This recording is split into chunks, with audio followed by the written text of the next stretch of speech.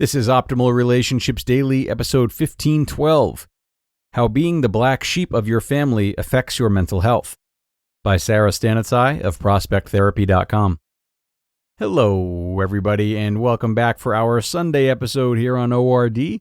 I'm your host and narrator, Greg Audino. Glad to have your attention once more this weekend as we look towards a post from Sara Stanizai. This is a really unique piece that is so fitting for our audience, I think, as it directly addresses the needs of the black sheep of the family, important family members who haven't had their needs addressed historically. So listen in on this one. I am positive you'll take something from it whether or not you consider yourself a black sheep. We're going to get into it now and optimize your life. How Being the Black Sheep of Your Family Affects Your Mental Health, by Sara Stanizai of ProspectTherapy.com.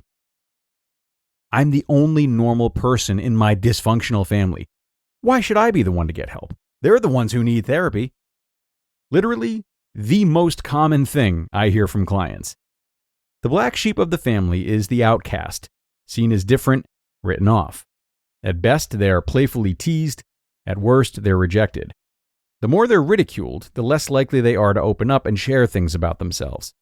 The less they share, the more of an outcast they become. Why does this happen?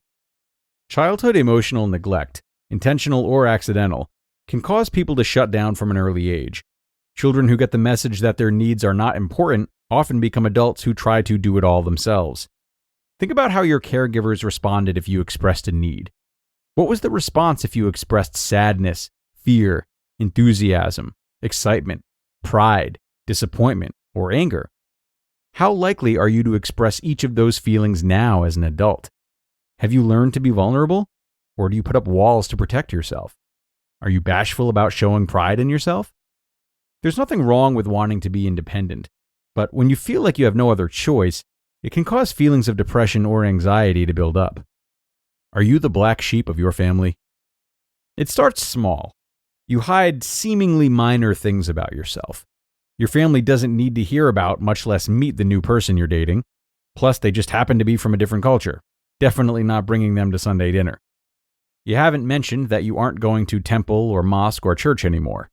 They would make a huge deal about it, even though it's low-key been years. No, so far the world hasn't ended because I go to brunch instead of praying. They don't need to know that you're looking for a different job, and maybe don't want to stay in the same industry. You're just looking. There's nothing to tell yet anyways. They wouldn't understand. I hear the way they talk about person with a mildly specific trait that they attribute all that person's problems to. No way I'm coming clean. I don't need them. I have my own support network. Believe me, if you saw the way they get at family gatherings, you'd understand. Before you know it, you're hiding most of the real you from people who, at one time in your life, you thought knew you best. Now what? Ideally, we should be able to renegotiate our relationships with family as we become adults. This doesn't apply if there are abusive or dangerous factors involved. We're not obligated to negotiate with people who have harmed us.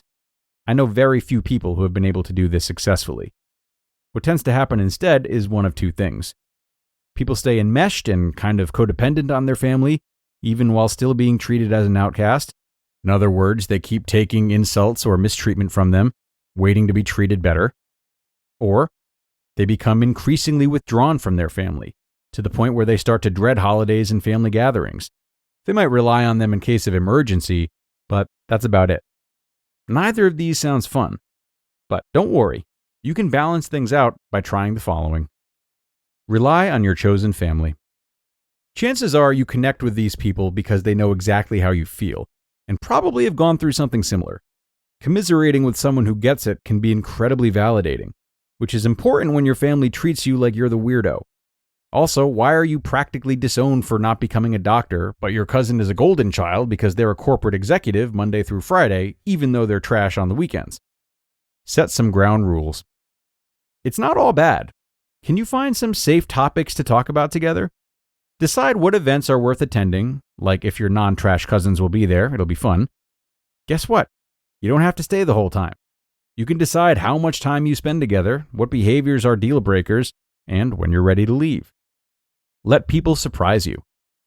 If you're tired of the same dynamic playing out, chances are your family feels the same way.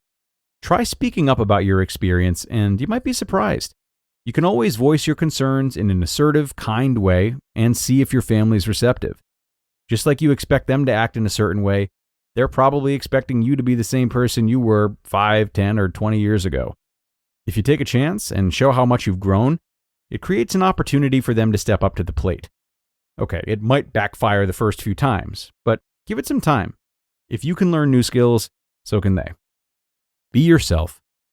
The more authentically, proudly, and openly yourself you can be, the less of an effect other people's opinions will have on you. Part of the dynamic is that you're anticipating what your family will say. Let them say what they want. At least you're busy living your best life. Speaking of which, listen to your cheerleaders. We can all name 2 or 3 naysayers who will judge us for a certain choice or behavior. Don't list those names. Instead, list the many more people who will encourage you, support you, and maybe even join you. If a hater gossips in the forest but there's no one there to hear them, do they even matter? Yes, being the black sheep can be isolating, but it's these experiences that ultimately lead people to be unapologetically themselves. You just listened to the post titled, How Being the Black Sheep of Your Family Affects Your Mental Health, by Sara Stanizai of ProspectTherapy.com. And really a great post from Sara that I think is going to resonate with so many people out there. And that's because we all might feel traces of being a black sheep. As I was reading this, I found that I related to it quite a bit. Not because I'm a black sheep in my family per se, but because certain emotions of mine weren't nurtured as well as others.